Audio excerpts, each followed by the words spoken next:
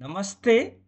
तपाईहरुलाई फेरि पनि नेपाल सिजर युट्युब च्यानलमा स्वागत छ। यस भिडियोमा हामी बागमती प्रदेशको एसई 2081 को म्याथको क्वेशन नम्बर 4 को सोलुसन गर्ने छौं। यदि तपाईहरु नयाँ हुनुहुन्छ, अघिल्लो भिडियो हेर्नु भएको छैन भने तल दिएको प्लेलिस्टबाट सजिलै हेर्न सक्नुहुन्छ। अब हामी सुरु गरौं। क्वेशन नम्बर 4 करेन्सी एक्सचेन्जसँग रिलेटेड छ। पहिला तपाईहरु आफै क्वेशन एकपटक पढ्नु होला, त्यसपछि हामी स्टेप बाइ स्टेप सोलुसन गर्ने छौं। क्वेशन पढिसक्नुभयो भने क्वेशनले के दिएको छ त्यो सुरुमा लेखौं।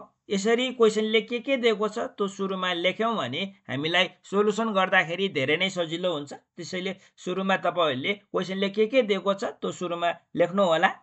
यसमा हामीलाई के भनेको छ भने When Rita came to Nepal from America, she brought $2500 American dollars भनेको छ। यसमा रिताले कति लिएर आएको छ? $2500 American dollars लिएर आएको छ। त्यसैले हामी के भन्न सक्छौं भने amount with Rita is equal to $2500 भन्न सक्छौं। त्यसपछि हामीलाई के भनेको छ भने when she came to Nepal, the exchange rate of American dollar was as follows भनेको छ। $1 is equal to Nepali rupees 127.35 buying rate भनेको छ। यसमा यो बाइङ रेट दिएको हो, त्यसैले हामी बाइङ रेट भनेर हामी के भन्न सक्छौं? $1 is equal to Nepali rupees 127.35 भन्न सक्छौं।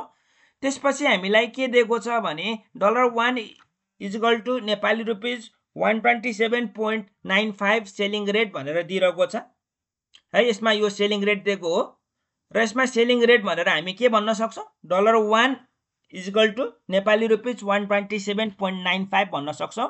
यसरी हामीले क्वेशनले के दिएको छ सबै कुरा लेखिसक्यौं। यसरी लेखिसकेपछि अब हामी ए मा जाउँ। ए मा हामीलाई के भनेको छ? हामी अर्को पेजमा जान्छौं। मैले यसमा क्वेशन नम्बर ए कपी गरे। यसमा के भनेको छ भने which exchange rate is used to exchange Nepali currency by Rita from the bank, write it भनेर 1 मार्कमा सोधेको छ। यसमा हामीलाई के सोधिरहेको छ? एक्सचेन्ज रेट सोधिरहेको छ। के को एक्सचेन्ज रेट भन्दाखेरि नेपाली करेन्सीमा एक्सचेन्ज गर्दाखेरि कुन रेट युज हुन्छ भनेर सोधेको हो। यसमा चाहिँ हाम्रो दुईवटा रेट छ है। यसमा दुईवटा रेट छ। यो दुईवटा रेटमा चाहिँ हाम्रो बाइङ रेट हो कि सेलिङ रेट, कुन एक्सचेन्ज रेट हो त हामीले त्यो पत्ता लगाउनु पर्ने छ। र यसरी पत्ता लगाउँदाखेरि तपाईहरुले जहिले पनि तपाईहरुले एउटा कुरालाई ख्याल गर्नुपर्ने हुन्छ। त्यो मैले यसमा नोटमा लेखिदिएको छु तपाईहरुलाई सजिलो होला भनेर।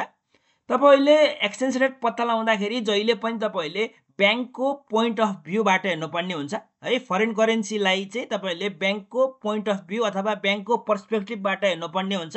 र यो केसमा चाहिँ बैंकले के गर्छ भन्ने कुरो तपाईहरुलाई थाहा हुनुपर्ने हुन्छ है। यसमा बैंकले फरेन करेन्सी बाइ गर्छ कि सेल गर्छ त्यो तपाईले पत्ता लगाउनु भयो भने कुन एक्सचेन्ज रेट हो त्यो तपाईले सजिलै पत्ता लगाउन सक्नुहुन्छ। यो केसमा चाहिँ रितासँग के छ? रिता चाहिँ अमेरिकाबाट नेपाल आएको हुनाले रितासँग अमेरिकन डलर छ। कति अमेरिकन डलर छ? उसँग $2500 अमेरिकन डलर छ। र यो रिता बैंकमा जाँदाखेरि उले के दिन्छ? बैंकलाई अमेरिकन डलर दिन्छ। अनि बैंकले के लिन्छ? अमेरिकन डलर लिन्छ र के दिन्छ? नेपाली रुपीस दिन्छ है। यो केसमा बैंकले फरेन करेन्सी बाइ गर्छ कि सेल गर्छ? यो केसमा बैंकले अमेरिकन डलर बाइ गर्छ कि सेल गर्छ रिताबाट? यो केसमा चाहिँ बैंकले चाहिँ रिताबाट अमेरिकन डलर लिन्छ। त्यो भन्नुको मतलब के हो? यो केसमा चाहिँ बैंकले अमेरिकन डलर बाइ गर्छ है। यो केसमा चाहिँ के गर्छ? अमेरिकन डलर बाइ गर्छ। त्यसैले यो केसमा चाहिँ बाइङ रेट युज हुन्छ है। यो केसमा चाहिँ के हुने रहेछ? बाइङ रेट युज हुने रहेछ है। त्यसैले हामी के भन्न सक्छौं? Buying rate is used by Rita to exchange her American dollars to Nepali currency from the bank है। उसँग अमेरिकन डलर थियो, अमेरिकन डलरलाई उले नेपाली करेन्सीमा कन्भर्ट गर्न चाह्यो। यसरी अमेरिकन डलरलाई नेपाली करेन्सीमा कन्भर्ट गर्न चाह्यो भने कुन रेट युज हुने रहेछ? बाइङ रेट युज हुने रहेछ है। यसमा के कन्फ्युजन छ भने तपाईले कमेन्ट गर्नु होला। र केही कन्फ्युजन भयो भने तपाईले जहिले पनि बैंकको पोइन्ट अफ भ्यू अथवा बैंकको पर्सपेक्टिभबाट हेर्ने है। अब हामी बी मा जाउँ। बी मा के भनेको छ? What is the profit or loss for Rita if she exchanges the American dollars into Nepali currency and then exchanges Nepali currency into American dollars after 2 days? Find it भनेर 2 मार्क्समा सोधेको छ। अब यसमा के सोध्यो भने यसमा हामीलाई के सोधेको छ? प्रॉफिट अथवा लस के हुन्छ भनेर सोधेको छ। र यसमा के गरेको छ भने रिताले चाहिँ सुरुमा अमेरिकन डलरलाई नेपाली करेन्सीमा कन्भर्ट गर्ने अरे, त्यसपछि फेरि नेपाली करेन्सीलाई अमेरिकन डलरमा कन्भर्ट गर्दाखेरि प्रफिट हुन्छ कि लस हुन्छ भनेर सोधेको छ है। त्यसैले सुरुमा के गर्ने, अमेरिकन डलरलाई नेपाली करेन्सीमा कन्भर्ट गर्ने, त्यसपछि फेरि के गर्ने, नेपाली करेन्सीलाई अमेरिकन डलरमा कन्भर्ट अथवा एक्सचेन्ज गर्ने। यसरी एक्सचेन्ज अथवा यसरी कन्भर्ट गर्दाखेरि प्रफिट हुन्छ कि लस हुन्छ त्यो निकाल्नु पर्ने छ। सुरुमा हामी अमेरिकन डलरलाई नेपाली करेन्सीमा कन्भर्ट अथवा एक्सचेन्ज गरौँ है। के गरौँ, अमेरिकन डलरलाई नेपाली करेन्सीमा एक्सचेन्ज गरौँ। यसरी अमेरिकन डलरलाई नेपाली करेन्सीमा एक्सचेन्ज गर्दाखेरि कुन रेट युज हुन्छ, तपाईँले एबाट थाहा पाइसक्नुभयो, एबाट बाइङ रेट युज हुन्छ है। अमेरिकन डलरलाई चाहिँ नेपाली करेन्सीमा कन्भर्ट गर्दाखेरि कुन रेट युज हुन्छ, बाइङ रेट युज हुन्छ। त्यसैले अब हामी बाइङ रेट लिन्छौँ। हाम्रो बाइङ रेट भनेको कति छ, $1 इजिकल टु नेपाली रुपिज 127.35 छ। अब हामीलाई के चाहिएको, $1 चाहियो हो होइन, हामीलाई त $2500 चाहिएको। त्यसैले $2500 निकाल्नको लागि के गर्ने, यसलाई बोथ साइड तपाईँले 2500 ले मल्टिप्लाई गर्नु होला है, यसरी मल्टिप्लाई गर्नु होला। अब यो गर्दाखेरि 1 × 2500 भनेको $2500 हुन्छ। अब यसलाई पनि 2500 मल्टिप्लाई गर्नुहोस्, त्यो गर्दाखेरि नेपाली रुपिज 127.35 × 2500 हुन्छ है। अब यसलाई तपाईँले क्यालकुलेटर युज गर्नु होला, त्यो गर्दाखेरि कति हुन्छ निकाल्नु होला है, क्यालकुलेटर युज गरेर निकाल्नु होला। त्यो गर्दाखेरि $3,18,375 हुने रहेछ है। यसरी $2500 भनेको कति हुने रहेछ, नेपाली रुपिज 3,18,375 हुने रहेछ है। यसरी उसले चाहिँ अमेरिकन डलरलाई नेपाली करेन्सीमा कन्भर्ट गर्दाखेरि कति हुने रहेछ, $2500 भनेको 3,18,375 हुने रहेछ। अब उसले के गर्छ, उसले फेरि यो नेपाली करेन्सीलाई अमेरिकन डलरमा कन्भर्ट गर्छ। त्यसैले अब यसलाई केमा कन्भर्ट गर्ने, फेरि डलरमा कन्भर्ट गर्ने। डलरमा कन्भर्ट गर्दाखेरि के यो 2500 हुन्छ त, हुँदैन, किनकि हाम्रो बाइङ रेट र सेलिङ रेट फरक भएको हुनाले यो चाहिँ 2500 हुँदैन। त्यसैले यो कति हुन्छ त्यो निकालौँ है। अब हामीले नेपाली करेन्सीलाई चाहिँ हामीले अमेरिकन डलरमा कन्भर्ट गर्नुपर्ने छ। त्यो भनेको चाहिँ हाम्रो नेपाली रुपिज 3,18,375 लाई चाहिँ केमा कन्भर्ट गर्नुपर्ने छ, डलरमा कन्भर्ट गर्नुपर्ने छ है। अब यसमा डलरमा कन्भर्ट गर्दाखेरि नेपाली करेन्सी अमेरिकन डलरमा कन्भर्ट गर्दाखेरि कुन रेट युज हुन्छ। अब यो केसमा फेरि के गर्ने, ब्याङ्कको पोइन्ट अफ भ्यूबाट हेर्ने है।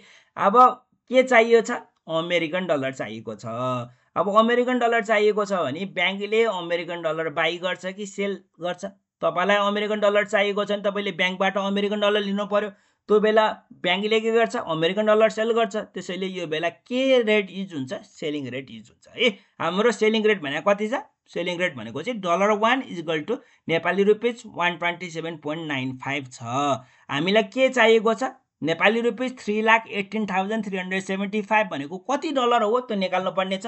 त्यसैले नेपाली रुपिजलाई तपाईँले लेफ्ट ह्यान्ड साइडमा राख्नु होला है। त्यसैले हामी $1 इक्वल टु नेपाली रुपिज 127.95 हो भने नेपाली रुपिज 127.95 भनेको $1 भन्न सक्छौँ, किनकि ए इक्वल टु बी छ भने बी इक्वल टु ए भन्न सक्छौँ, सिम्पल छ। अब हामीलाई के चाहिएको छ है, अब हामीलाई 3,18,375 भने कति डलर हुन्छ त्यो निकाल्नु पर्ने छ। त्यसैले सुरुमा हामी के गर्छौँ, नेपाली रुपिज 1 भने कति डलर हुन्छ त्यो निकाल्छौँ है। अब नेपाली रुपिज 1 निकाल्नको लागि है, अब हामीलाई के निकाल्ने, नेपाली रुपिज 1 निकाल्ने है। नेपाली रुपिज 1 निकाल्नको लागि यो 127.95 बाट हामीलाई कति चाहिएको छ, नेपाली रुपिज 1 चाहिएको छ। यदि नेपाली रुपिज 1 चाहिएको छ भने 127.95 ले बोथ साइड डिभाइड गर्ने, यता पनि 127.95 ले डिभाइड गर्ने। त्यसैले यसरी डिभाइड गर्दाखेरि 127.95 र 127.95 काटिन्छ। यसरी के आउँछ, नेपाली रुपिज यसरी काटेर के आउँछ, 1 आउँछ। 1 नेपाली रुपिज 1 भनेको कति हुनेछ, $1/127.95 हुने रहेछ है, सिम्पल छ। यदि नेपाली रुपिज 127.95 भनेको $1 हुन्छ भने नेपाली रुपिज 1 भनेको $1/127.95 हुने रहेछ। तर हामीलाई नेपाली रुपिज 1 चाहिएको होइन, हामीलाई नेपाली रुपिज कति चाहिएको, नेपाली रुपिज 3,18,375 चाहिएको। त्यसैले यसलाई पनि 3,18,375 ले मल्टिप्लाई गर्नु, यसलाई पनि 3,18,375 ले मल्टिप्लाई गर्नुहोस्। यसलाई 3,18,375 ले मल्टिप्लाई गर्नुभयो भने यो आउँछ। अब यसलाई पनि के गर्ने, 3,18,375 ले मल्टिप्लाई गर्ने। त्यो गर्दाखेरि के हुन्छ, यो हुन्छ। है। बोथ साइड मैले 3,18,375 ले मल्टिप्लाई गरेँ। अब यसलाई तपाईँले क्यालकुलेटर हाल्नु होला, त्यो गर्दाखेरि कति आउँछ? यो भनेको 2488.28 आउने रहेछ है। यसरी हाम्रो के आयो? $2488.28 आयो। सुरुमा कति थियो? सुरुमा हाम्रो $2,500 थियो। अहिले कति भयो? तपाईले एक्सचेन्ज गर्दाखेरि दुईचोटी एक्सचेन्ज गर्दाखेरि कति भयो? 2488.28 भयो। यसरी के भयो? सुरुको भन्दा अहिले के भयो? डलर घट्यो त है। रितासँग भएको डलर के भयो? घट्यो है। सुरुमा 2500 थियो, उसले एक्सचेन्ज गर्दाखेरि उसले चाहिँ सुरुमा नेपाली करेन्सीबाट अमेरिकन डलरमा एक्सचेन्ज गर्दाखेरि 2488.28 मात्र उसँग अब हुन्छ। यसरी के भयो? सुरुमा भएको भन्दा अहिले भएको घट्यो, त्यसैले फाइनल अमाउन्ट चाहिँ इनिशियल अमाउन्ट भन्दा कम छ। यस्तो केसमा के हुन्छ? लस हुन्छ है। सुरुमा भएको भन्दा कम भएको हुनाले लस हुन्छ। त्यसैले लस भनेको कति हुन्छ? यो दुईटाको डिफरेन्स हुन्छ। त्यसैले हामी लस इक्वल टु $2500 माइनस $2488.28 लेख्न सक्छौँ। त्यो भनेको $11.72 है। यसरी लस भनेको कति हुने रहेछ? $11.72 चाहिँ लस हुने रहेछ है। यसरी रिताको चाहिँ लस कति हुने रहेछ? $11.72 हुने रहेछ है। यसरी हामीले क्वेसन नम्बर बी गर्यौँ। अब हामी क्वेसन नम्बर सीमा जाउँ। क्वेसन नम्बर सीमा के भनेको छ? On the same day the exchange rate of $1 is equal to Nepali rupees 127.35 and Nepali rupees 160 equal to Indian rupees 100. How many dollars can be exchanged with Indian rupees 1,20,000? Calculate it भनेर हामीलाई 2 मार्क्समा सोधेको छ। यसमा हामीलाई के दिएको छ? $1 equal to Nepali rupees 127.35 दिएको छ। त्यसैले मैले यहाँ लेखेँ। त्यसै गरी हामीलाई Nepali rupees 160 equal to Indian rupees 100 दिएको छ। त्यसैले यहाँ आरएस 160 इक्वल टु मैले इन्डियन रुपिसलाई आइआरएस लेखेँ इक्वल टु 100 दिएको छ। अनि हामीलाई अर्को के सोधेको छ? How many dollars can be exchange with Indian rupees भनेको छ है। यो भनेको चाहिँ यो आइआरएस 1,20,000 भनेको कति डलर हुन्छ भनेर सोधेको है। अब यो कति डलर हुन्छ त्यो चाहिँ हामीले निकाल्नु पर्ने छ।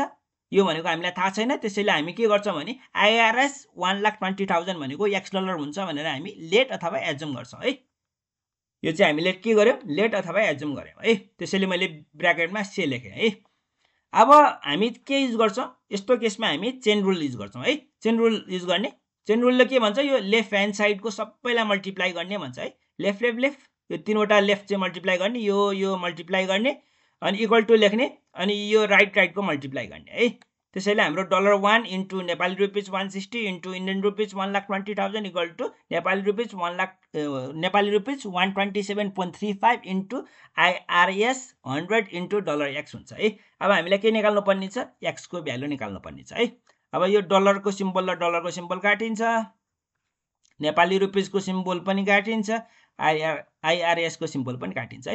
यसरी गर्दाखेरि यो चाहिँ 1 इन्टु 160 इन्टु 1,20,000 हुन्छ र राइटतिर हाम्रो कति हुन्छ? 127.35 इन्टु 100 इन्टु x हुन्छ है। अब हामीलाई x को भ्यालु निकाल्नको लागि के गर्ने हो भने हामीलाई x को भ्यालु निकाल्नु पर्ने छ। अब तपाईले के गर्नु होला भने अब x निकाल्नको लागि यो 127.35 इन्टु 100 लाई तपाईले कतातिर ल्याउनु पर्यो? ठाउँ चेन्ज गर्नु पर्यो है। त्यसैले यसलाई जस्तोको त्यस्तै लेख्नु होला। 1 इन्टु 160 इन्टु 1,20,000। अब यसरी ठाउँ चेन्ज गर्दाखेरि यो के हुन्छ? डिभिजन हुन्छ है।